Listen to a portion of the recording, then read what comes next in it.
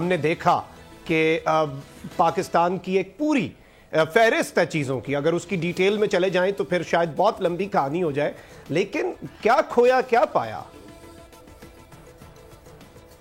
دیکھیں خیر اس کا جواب، بہترین جواب تو مشاہد صاحب ہی کو دینا چاہیے تھا، اور بڑی بدقسمتی ہے ہماری کہ سلسلہ منقطع ہو گیا. تو مجھے خود مایوسی، اور مجھے یقین ہے کہ ہمارے جو سننے والے ان کو بھی مایوسی ہوگی، کیونکہ مشاہد صاحب کم بولتے ہیں، لیکن جب بولتے ہیں بڑا کہتے ہیں نا انٹلیکچوئل آنیسٹی کے ساتھ وہ عموماً بات کرتے ہیں، جو آپ نے دیکھا کہ ملاحظہ کی بھی انہوں نے. اچھا دوسری بات، بلکہ رابطہ بحال ہو چکا ہے ہمارا مشاہد صاحب سے، تو مشاہد صاحب آپ کنٹینیو کریں. ارے ونڈرفل. جی مجھے یاد آ گئی وہ مولانا کوثر نیازی کی کتاب اور لائن کٹ گئی، جب وہ کو ہوا تھا 4 اور 5 جولائی کے درمیان 97. اینی تو اب لائن بحال ہوگی ماشاءاللہ.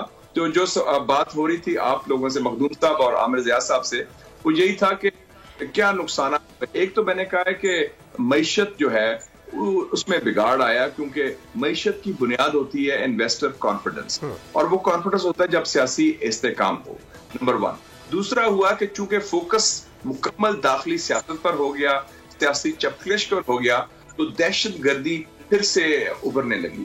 اور تیسرا یہ ہے، ابھی میں چائنا سے ہو کے آیا پچھلے ہفتے، اور میں 3 سال کے بعد چائنا گیا کیونکہ کووڈ کی وجہ سے جا نہیں سکا.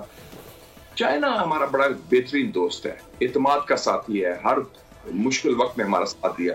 انہوں نے بھی تشویش کا اظہار کیا، اور انہوں نے کہا کہ ہم امید رکھتے ہیں کہ پاکستان کے قائدین، پاکستان کی سیاسی قیادت، پاکستان کی سیاسی جماعتیں، چاہے حزب اختلاف ہو یا حزب اقتدار ہو، وہ پاکستان کے عوام اور پاکستان کے ریاست کے جو مفادات ہے اس کو اہمیت دیں گے، اس کو آگے رکھیں گے، کیونکہ ورنہ اور قوتیں جو چاہتی ہیں عدم استحکام، اس کا پھر فائدہ اٹھانے کی کوشش کریں گی. تو ان کو بھی یہ تشویش ہے کہ اس عدم استحکام کی وجہ سے کہیں پاکستان داخلی طور پر اور خارجی طور پر کمزور نہ ہو جائے. تو یہ میرے خیال میں بڑی سیریس بات ہے. میں تو سمجھتا ہوں پچھلے 40-50 سال کا یہ سب سے سیریس بحران ہے، کیونکہ ایک گیپ آ گیا ہے ایلیٹ اور اسٹریٹ کے درمیان، اور یہ جو گیپ ہے اگر پورا نہیں ہوگا تو اس سے پھر اور مشکلات پیدا ہوں گے. تو اس لیے رولز آف دا گیم بنائیں، مذاکرات شروع کریں، اگری کریں کہ الیکشنز کے